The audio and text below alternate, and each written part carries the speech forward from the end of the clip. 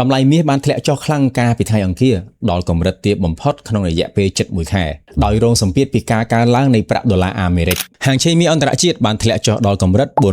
$4,555ក្នុង1អោនឬប្រមាណ$5,487ក្នុង1ដំឡឹងប្រាក់ដុល្លារអាមេរិកធៀបនឹងរូបិយប័ណ្ណសំខាន់ៗបានកើនឡើងខ្ពស់ដោយសារពាណិជ្ជករមើលឃើញថាវាជាទ្រព្យសុវត្ថិភាពបន្ទាប់ពីសហរដ្ឋអាមេរិកក្លាយជាអ្នកនាំចេញថាមពលដ៏សំខាន់ការកើនឡើងថ្មីនៃតម្លៃប្រេងបន្ទាប់ពីរបាយការណ៍ប្រព័ន្ធផ្សព្វផ្សាយថាប្រធានាធិបតីដូណាល់ត្រាំមិនពេញចិត្តនឹងសំណើចុងក្រោយរបស់អ៊ីរ៉ង់ក្នុងការបញ្ចប់សង្គ្រាមនិងបើកច្រកសមុទ្រហឺម៉ូសឡើងវិញយោងតាមសារព័ត៌មាន CNN បានរាយការណ៍ថាអ្នកសម្របសម្រួលនៅក្នុងប្រទេសប៉ាគីស្ថានត្រូវបានគេរំពឹងថានឹងទទួលបានសំណើកែសម្រួលពីប្រទេសអ៊ីរ៉ង់ក្នុងរយៈពេលប្រមាណថ្ងៃខាងមុខដោយដកស្រង់នឹងប្រភពដែលជិតស្និទ្ធនឹងដំណើរការសម្របសម្រួលការព្រួយបារម្ភបានកើនឡើងដោយសារការកើនឡើងនៃតម្លៃប្រេងនិងជំរុញឲ្យមានការកើនឡើងនៃអតិផរណាដែលបណ្ដាលឲ្យធនាគារកណ្ដាលពិចារណាលើការដំឡើងអត្រាការប្រាក់ឡើងវិញដែលជាកត្តាចម្បងក្នុងការដាក់សម្ពាធឲ្យតម្លៃមាសធ្លាក់ចុះតើតម្លៃមាសនឹងបន្តរងសម្ពាធធ្លាក់ចុះបន្ថែមទៀតឬយ៉ាងណាយោងតាមការវិភាគរបស់លោកយិនមុនថេងដែលជាអ្នកជំនាញរបស់ FA Begin បានលើកឡើងថាភាពមិនប្រាកដប្រជាផ្នែកភូមិសាស្ត្រនយោបាយនិងភាពភ័យខ្លាចចំពោះអតិផរណា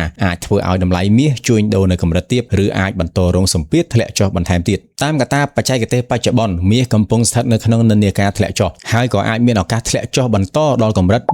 $4,500ក្នុង1អោនឬ$5,421ក្នុង1ដំឡឹងលោកក៏បានបញ្ជាក់ផងដែរថាតម្លៃមាសអាចកើនឡើងខ្ពស់វិញប្រសិនបើកត្តាភូមិសាស្ត្រនយោបាយធូរស្បើយមកវិញបើកអ្នកនេះទិញលក់ហាងឆេងមាសឥឡូវនេះលោកអ្នកនឹងទទួលបានការបណ្ដុះបណ្ដាលនិងការប្រឹក្សាពីអ្នកជំនាញព្រមទាំងក្លាយជាសមាជិកនៅក្នុង Channel VIP ដែលគិតថ្លៃ